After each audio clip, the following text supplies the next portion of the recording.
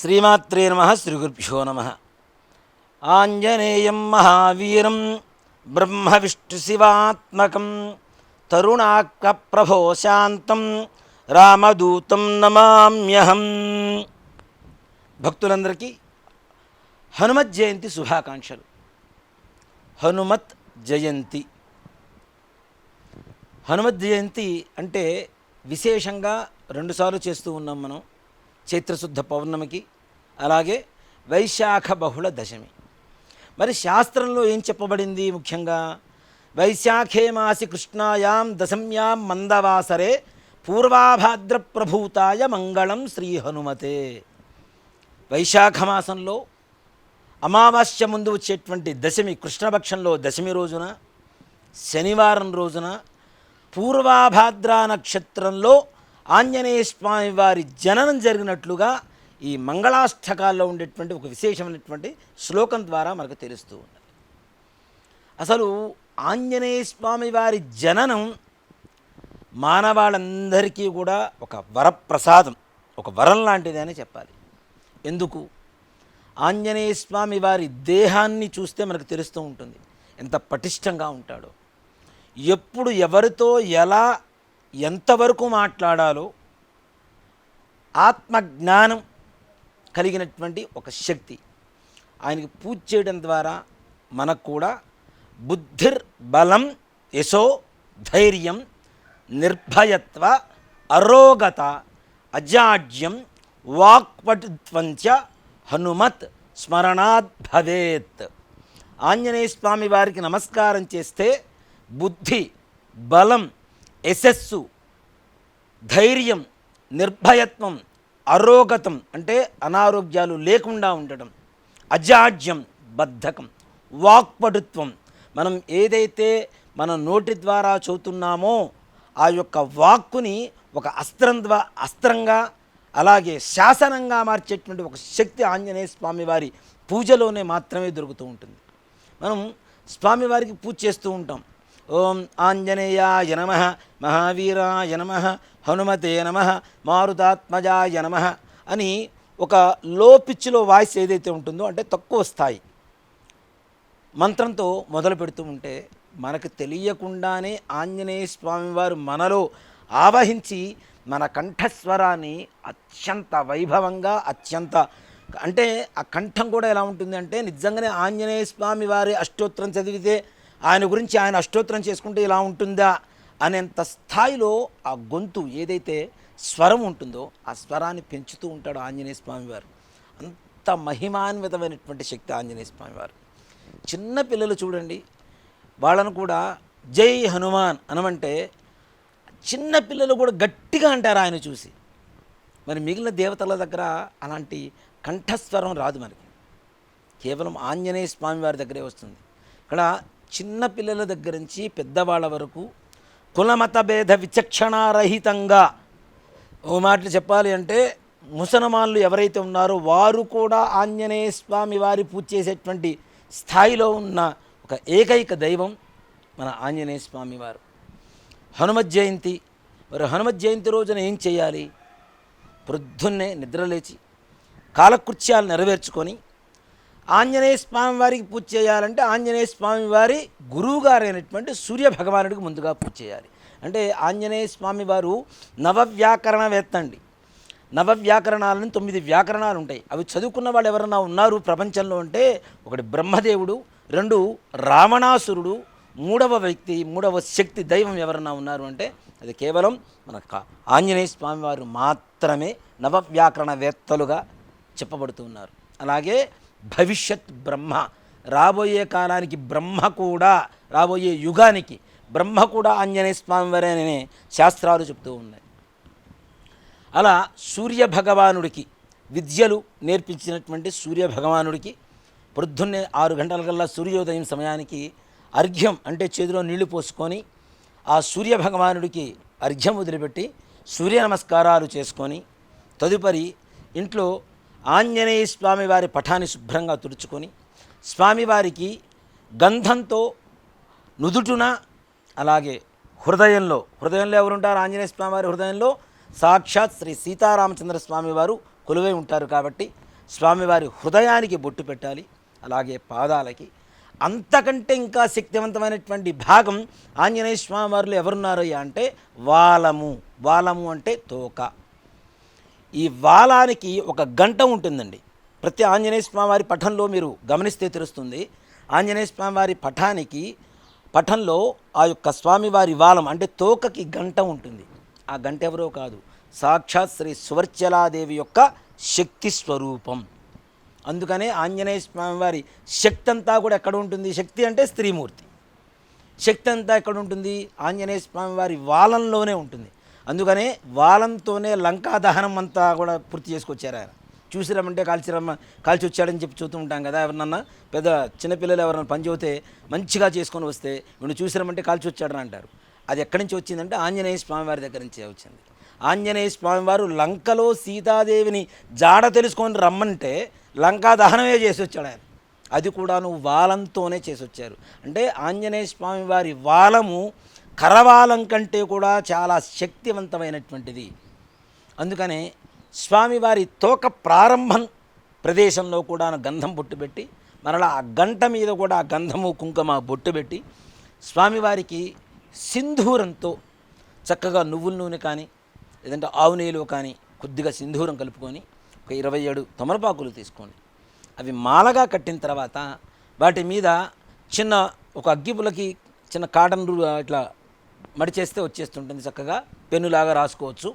ఈ సింధూరంలో ముంచి ప్రతి తమలపాకు మీద కూడాను శ్రీరామ శ్రీరామ శ్రీరామ అనేటువంటి మాట రాస్తూ చక్కగా స్వామివారి రామతారక మంత్రాన్ని రాస్తూ ఆ యొక్క మాలని ఆ యొక్క స్వామివారి పఠానికి సమర్పించాలి.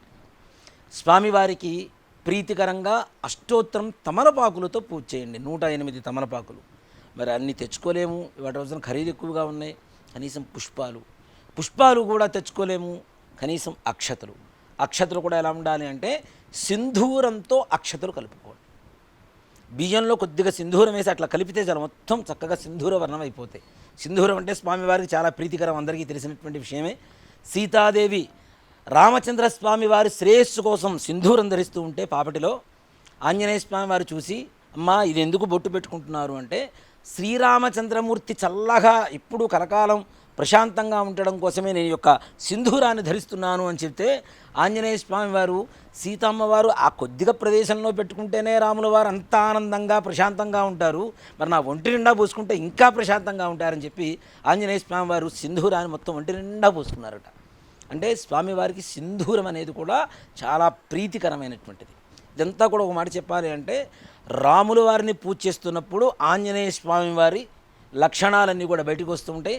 ఆంజనేయ స్వామి వారు కూడా రాముల వారికి ఎక్కడైతే పూజ చేస్తూ ఉంటామో అక్కడ ఆంజనేయ స్వామి వారు ఎలా ఉంటారు అంటే, ఎత్ర ఎత్ర రఘునాథ కీర్తనం తత్ర తత్ర కృతమస్తకాంజలిం భాష్పవారి పరిపూర్ణలోచనం మారుతిన్నమత రాక్షసాంతకం. ఎక్కడైతే రామతారక మంత్రం వినపడుతుందో అక్కడ ఆంజనేయ స్వామి వారు దాసుడై ఇట్లా నమస్కరిస్తూ కృతమస్తకాంజలిం నమస్కరిస్తూ కూర్చొని ఉంటారట ఆంజనేయ స్వామి వారు. అంటే రామతారక మంత్రానికి ఆయన బద్ధుడైపోయి ఉన్నాడు. అందుకనే శ్రీరామ శ్రీరామ అని రాసి తమలపాకుల మాల స్వామివారికి సమర్పించుకొని అష్టోత్తరం పూజ చేసి, స్వామివారికి రాహుగ్రహం ఏదైతే ఉందో ఒక వరం ఉందండి. ఆంజనేయ స్వామి వారి దగ్గర భక్తులని రాహుగ్రహం పట్టుకొని పీడిస్తూ ఉంటే రాహుగ్రహాన్ని దండించడానికి వెళ్ళారట ఆంజనేయ స్వామి వారు. అందులో రాహుగ్రహం చెప్పాడు, అయ్యా నేను గ్రహాన్ని ఎవరినైనా పట్టుకోవాలి, పీడించాలి, వదిలిపెట్టాలి, సుఖాన్ని ఇవ్వాలి, అన్నీ ఇవ్వాలి, అది నా ధర్మం. ఎవరైతే నాకు ఇష్టమైనటువంటి ధాన్యంతో నీకు ప్రసాదం చేసి వడలు మాలగా నీకు వేస్తారో వారికి నా బాధ ఉండదు, వారిని పట్టుకొని పీడించను అని చెప్పి రాహుగ్రహం ఆంజనేయ స్వామి వారికి వరాన్ని ఇచ్చారుట. చూడండి, రాహుగ్రహం కూడా ఎలా ఉంటుందంటే సర్పాకారంలో ఉంటాయి రాహుకేతు గ్రహాలు రెండు కూడా. ఈ రాహుగ్రహం సర్పాకారంలో ఉంటుంది కాబట్టి రాహుగ్రహానికి ప్రీతికరమైనటువంటి ధాన్యం ఏమిటి? మినుములు. మినప్పప్పుతో చక్కగా వడమాల చేసి, ఆ వడమాల కూడా చూడండి, మనం ఒక్కసారి మాల కట్టకుండా ఇలా బారుగా పెడితే సర్పాకారంలోనే ఉంటుంది. అంటే మన వెన్నెముక, బ్యాక్ బోన్ అంటాం కదా, ఈ వెన్నెముక ఆకారంలోనే ఉంటుంది. రాహుగ్రహ పీడితం వల్ల ఈ వెన్నెముక ప్రాబ్లమ్స్ కానీ, అంటే అనారోగ్య సమస్యలు కానీ, శిరోబాధలు కానీ, నేత్రబాధలు కానీ కలిగేటువంటి అవకాశం ఉంది. కాబట్టి ఇలాంటి అనారోగ్యాలు ఉన్నవారైనా, లేనివారు ఇక భవిష్యత్తులో రాకుండా అయినా సరే వడమాల స్వామివారికి సమర్పించుకోవాలి. స్వామివారికి ఇంకా కొన్ని పదార్థాలు, ఇష్టమైనటువంటి పదార్థాలు ఉన్నాయి. ఏమిటి అంటే వెన్నపూస, నవనీతం అంటాం. చూడండి, ఎక్కడ దేవతలకైనా వెన్నపూసతో స్వామివారికి అలంకారం చేయరు. కేవలం ఒక ఆంజనేయ స్వామివారికి మాత్రమే సుచీంద్రము అని చెప్పి తమిళనాడులో ఒక ఊరు ఉంటుంది.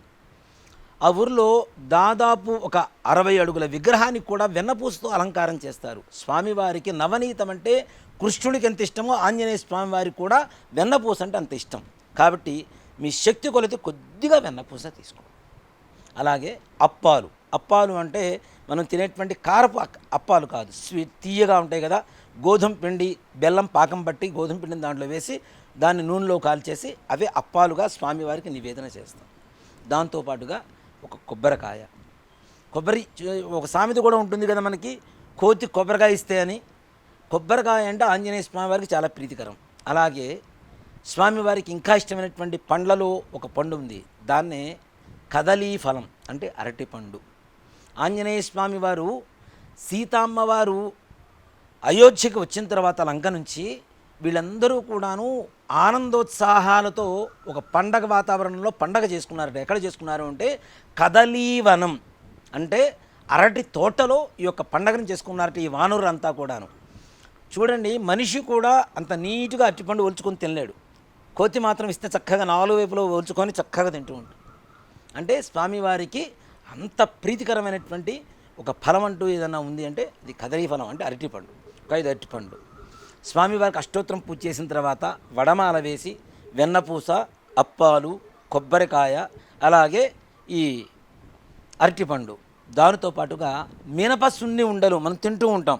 మినప పిండితో, పౌడర్తో పంచదార కలుపుకొని, ఆవు నెయ్యి కలుపుకొని చేసుకుంటూ ఉంటాం. అవి కూడా స్వామివారికి నివేదన చేయడం ద్వారా ఆంజనేయ స్వామివారి సహస్రంలో కొన్ని నామాలు వస్తాయి. సూర్యాయ నమః, చంద్రాయ నమః, కుజాయ నమః, సౌమ్యాయ నమః, గురవే నమః, శుక్రవే నమః, రాహవే నమః, శనీశ్వరాయ నమః, కేతవే నమః, యమాయ నమః, ఇంద్రాయ నమః, అగ్నయే నమః, యమాయ నమః, నివృత్తయే నమః, వరుణాయ నమః, వాయవే నమః, కుబేరాయ నమః, ఈశానాయ నమః.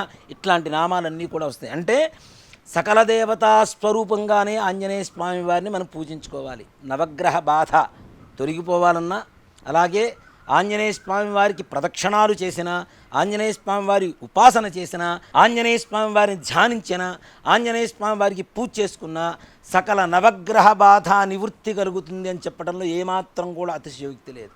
అలాగే ఆంజనేయ స్వామి వారి పాదాల కింద శనీశ్వరుడు ఉంటాడట. అంటే శని బాధ కూడా నివారణ కలిగేట్టుగా. అలాగే ఆంజనేయ స్వామి వారు మరి ఎలా ఉన్నారు, ఎలా పుట్టారు, వీళ్ళిద్దరూ అసలు ఎలాంటి అంశలో పుట్టాడు అంటే రుద్రవీర్య సముద్భవాయ నమః. రుద్రుడు యొక్క అంశమే ఆంజనేయ స్వామి వారిగా చెప్తూ ఉంటాం. అలాగే పారిజాత ద్రుమూల స్థాయై నమో నమః అంటే పారిజాతం చెట్టు ఉంటుంది, ఆ చెట్టు పూలు కూడా చూడండి, మనం చెట్టుకున్నవి కొయ్యలేం, మొత్తం కింద పడుతూ ఉంటాయి. అలా ఏరుకొచ్చినటువంటి పుష్పాలతో ఆంజనేయ స్వామివారి పూజ చేస్తూ ఉంటాం. పారిజాతం చెట్టు వేరు యొక్క మూలము అంటే చెట్టు వేరులో ఉంటారట ఆంజనేయ స్వామి వారు. పారిజాత వృక్షం అంటే సాక్షాత్ ఆంజనేయ స్వామి వారే. ఆ పుష్పాలతో అయినా సరే ఆంజనేయ స్వామి వారి పూజ చేయవచ్చు. ఇలా పూజ చేయడం ద్వారా సకల బాధ, శత్రుబాధలు, రుణబాధలు తొలగిపోతాయి, సర్వ గ్రహ బాధలు తొలగిపోతాయి. అలాగే మనకు తెలియకుండా మన శత్రువులు చేస్తున్నటువంటి క్షుద్ర ప్రయోగాలు ఏవైతే ఉంటాయో అవి పోతాయి. అలాగే నరఘోషలు నివృత్తి కలుగుతాయి, ఆయురారోగ్య ఐశ్వర్యాభివృద్ధి కలుగుతుంది. అలాగే పిల్లలకి మంచి విద్యాబుద్ధులు, సద్గుణాలు, ముఖ్యంగా ఇవాటి రోజున ఉన్నటువంటి యువత ఏదైతే పెడదారిన పడుతున్నారో, చెడ్డదారిలో నడుస్తున్నారో, చెడు వ్యసనాలకు లోనవుతున్నారో అట్లాంటి వారందరికీ కూడాను ఆ దుర్బుద్ధిని తొలగింపజేసి సద్బుద్ధిని కలుగజేసేటువంటి శక్తి ఆ యొక్క ఆంజనేయ స్వామివారు. స్వామివారి హనుమ జయంతి జూన్ 1వ తారీఖు 2024వ సంవత్సరం శనివారం రోజున వచ్చింది. చూడండి, ఇందాక మనం శ్లోకం చెప్పుకున్నాం, వైశాఖే మాస కృష్ణాయాం దశమ్యాం మందవాసరే అని. ఈ సంవత్సరం వైశాఖ మాసంలో కృష్ణపక్షంలో దశమి రోజున పూర్వాభాద్రా నక్షత్రంలో శనివారం రోజున ఆంజనేయ స్వామి వారు పుట్టారు. ఈ జూన్ 1వ తారీఖు ఆయన పుట్టినప్పటి ఉన్నటువంటి లక్షణాలు అంటే తిథి వార నక్షత్ర యోగ కరణాలు ఏవైతే ఉన్నాయో అవన్నీ కూడాను ఈసారి జూన్ 1వ తారీఖు కలిసి వస్తున్నాయి. ఎవ్వరూ కూడాను ఈ యొక్క సదవకాశాన్ని అద్భుతమైనటువంటి అవకాశం అని చెప్తాం. కాబట్టి ఆంజనేయ స్వామి వారిని జూన్ 1వ తారీఖు హనుమత్ జయంతి రోజున తప్పనిసరిగా పూజ చేయండి. ఆంజనేయ స్వామి వారి పరిపూర్ణమైనటువంటి అనుగ్రహ కృపా కటాక్ష వీక్షణలు పొందండి. అలాగే ఇంట్లో పూజ చేసుకున్న తర్వాత మీకు దగ్గరలో ఉండేటువంటి రామాలయానికి కానీ ఆంజనేయ స్వామి వారి దేవాలయానికి కానీ వెళ్ళి మీ మనస్సులో ఉండేటువంటి కోరికను బట్టి ప్రదక్షిణాలు చేయండి. ఏదైనా అనారోగ్యం కానివ్వండి, భూత ప్రేత పిశాచ బాధలు కానివ్వండి, గ్రహపీడలు కానివ్వండి, ఇట్లాంటి వాటికి అయితే ఒక 108 మిరియాలు తీసుకొని 108 ప్రదక్షిణాలు చేయండి.